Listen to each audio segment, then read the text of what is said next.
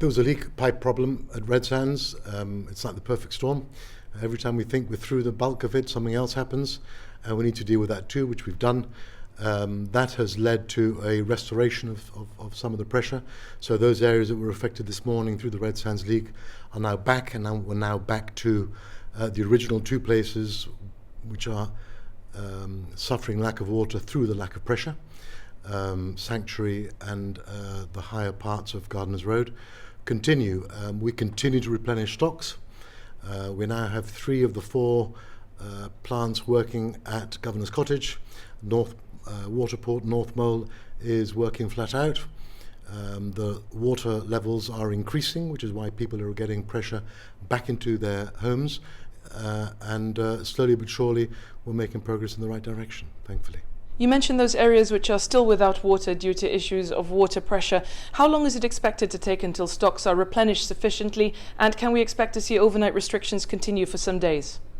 I fully expect overnight restrictions to continue for a few days longer. I'm not going to give any specific details because I know that the contingency committee review that every day.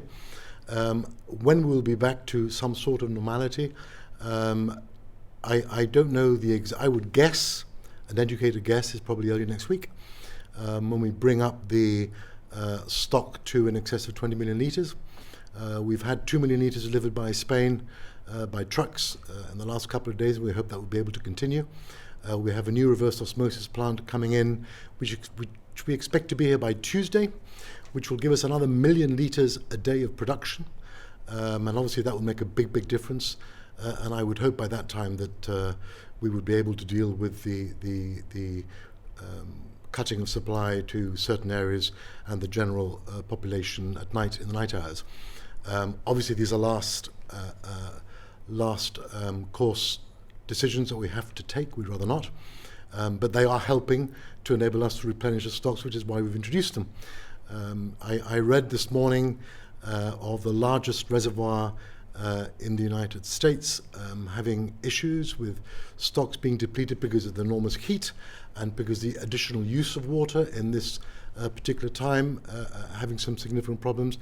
We've seen overnight today also in Spain, in Barcelona, in Huelva, introducing water cuts for the same reasons. Supplies are low. Ours, thankfully, is not because of low supplies. It's because of the fire. It's because of the lack of production for a period of days. But I also, at the same time, have to say thank you to the people of Gibraltar who are responding very well, because the usage has dropped. And I'm most grateful that people are being sensible in the usage of water during the daylight hours, because it is that is enabling us to replenish the stocks quicker. And so it's a combination of many things. Obviously, the pipe at Red Sands this morning was a setback because there was a substantial leak. But we just need to keep going. And certainly with the contingency plans that we put into place, with the water coming from Spain on a daily basis, with now 3 and hopefully tomorrow the 4th plant at the Governors Cottage plant will be fully functional and give us another 1 million litres a day, plus the RO coming in on Tuesday, another 1 million today. A day, I'm very hopeful that we will be getting back to some normality very quickly. You say that this is not an issue of reserves, but weren't there meant to be enough to carry us through any potential disruption to production of water? The issue has been the pressure. The minute you get below 20 million litres, you're going to begin to have pressure problems. We always have our stocks lower in the summer for obvious reasons than in the rest of the year.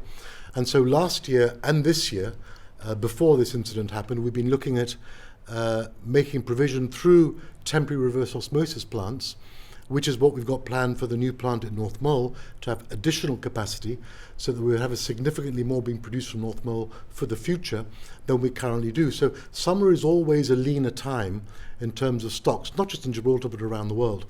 And as a result of what we saw last summer and what we've seen this summer, we were planning and continue to plan to have far more reserves in the summer by having more capacity. But why do we have less in the summer? Because people use more water in the summer than they do during the rest of the year. 4/5 of Gibraltar's permanent reverse osmosis plants were taken out of action due to the fire in the tunnel damaging a pipe. As Minister for Public Utilities, were you aware of any issues of resilience or security in this area should there be an incident there where all these facilities were concentrated? Look, I think we've got the RO plants where they have been for a very long period of time. we've never had an issue. We've always had water. And we've always known that in the move of the waterport plant to North Mole, we were going to have some further insulation against that by having additional facility and additional capacity. So we're aware of that and we're working towards that. And in fact, the plans are in place to have not just what we've currently got, which is 1.5 million litres, but 2 further RO plants of 1 million each. So there was going to be a counterbalance. Whoever would have thought that we were going to have a fire started in a cave, which is going to impact not through the fire, but because of a collapsing cave damaging the pipe, which feeds the saltwater reservoir to the reverse osmosis plant. Look, these things happen all over the world, and as they are doing today in Barcelona, in Malaga, in Huelva, they are having to take steps because of low stocks in the summer. The fact that we haven't got that problem, never have had that problem, I think we will have lessons learnt from this incident. Of course we will. And I think next summer we'll be in a far better place with the new plant in North Mole to provide more redundancy and resilience to our water system. And you're saying there were plans to review this before the incident happened? Yes, indeed. I mean, we had this discussion last summer when we looked at the stocks that we had last summer in the board of Aquagib and looking what we could do to ensure we had more provision of water because of increasing demand and reducing levels of supply. In an interview with GBC, Aquagib Managing Director Paul Singleton said the reverse osmosis plants were stopped during the middle of the day on Wednesday, the day after the fire. Why was this information not made public on the day, and contingency measures such as overnight restrictions put in place a day early to help shore up reserves? Well, the plant stopped because as a result of the fire, there was damage to the electricity supply, so the plant had no power. We had to wait for power to be restored by GEA, and they worked all day to restore the power. Then we had to try putting some water through the pipes to see if the pipe was damaged. So the water production had stopped because of a power failure as a result of the fire.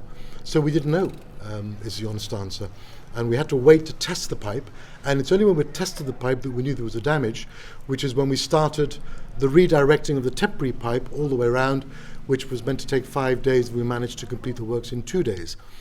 So, you know, again, I don't apologise for doing this, but my sincere thanks to everybody involved in GEA to restore power so quickly, and to Aquagib Technical Services for accelerating the works in the manner they did, which enabled us to begin to replenish the stock as quickly as we have. In an interview with GBC earlier this week, Minister for Civil Contingencies, Samantha Sacramento, said that the government is looking at Aquagib in terms of footing the bill as a contractor. But in his budget speech, the Chief Minister said that Aquagib was to be taken back into public ownership. Does this mean the cost will fall on the taxpayer in future? Well, we haven't bought Aquagib yet, so obviously not. Aquagib have a contract with us to supply water, but as Samantha rightly said, and so I think did Paul Singleton, at this moment in time, our entire focus is on replenishing stocks, filling the tanks, supplying the population with water, and then there will be a whole series of work that we will put in terms of lessons learned, in terms of who's funding, in terms of what that relationship is, and as Paul Singleton himself said, where are we with insurance and those sorts of things. But at this moment in time, we're not doing any of that. We're simply saying, let's focus on replenishing the stocks, let's restore supply as quickly as we possibly can, and with the support of the people in helping us through this process, we will get there, I think, quite quickly. And in terms of those areas that have suffered particularly from the lack of water pressure, are there any plans to review the distribution system, how water gets to them? Well, the distribution system, as you know, is a gravity one. So if we wish to invest to have a pumping system, we'll have to see and evaluate whether that's possible, what the cost is, if it's proportionate. You know, I don't think we can throw our toys out of the pram when we've had one exceptional item. Because it's worked and served us very, very well and is in use in most places of the world where they can have the height that we have here. So we'll look at that in the cold light of day once we get through the primary focus of replenishing stocks. GBC understands the Chief Minister is away for an extended holiday and the Deputy Chief Minister has now also gone on leave. Are you, Samantha Sacramento, as Minister for Civil Contingencies, and perhaps Paul Balban as Minister for Technical Services, now in charge of the situation, and have you been part of the briefings throughout? Yes, of course we have. The Chief Minister, as indeed the rest of us, have been kept fully briefed and fully informed. There is no question that there are people here on the ground driving the works that are happening. I think we've now set out quite clearly what the expectations are for the following week. We know what's coming in. We know what the issues are that we're dealing in terms of restoring the stocks that we're keen to do. So I think that there is no issue at all. Nowadays, virtual calls happen every day of the week. Even when we're on leave, we're still in contact. I've been on leave myself this week. I've come in to do a number of things today. Likewise with my colleagues.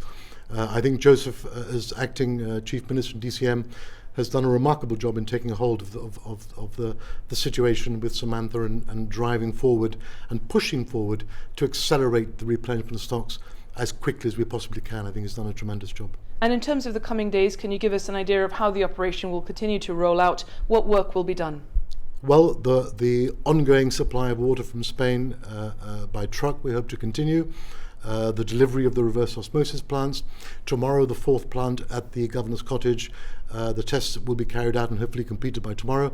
So we'll then be running at 100% of production capacity. The temporary reverse osmosis plant will arrive on Tuesday.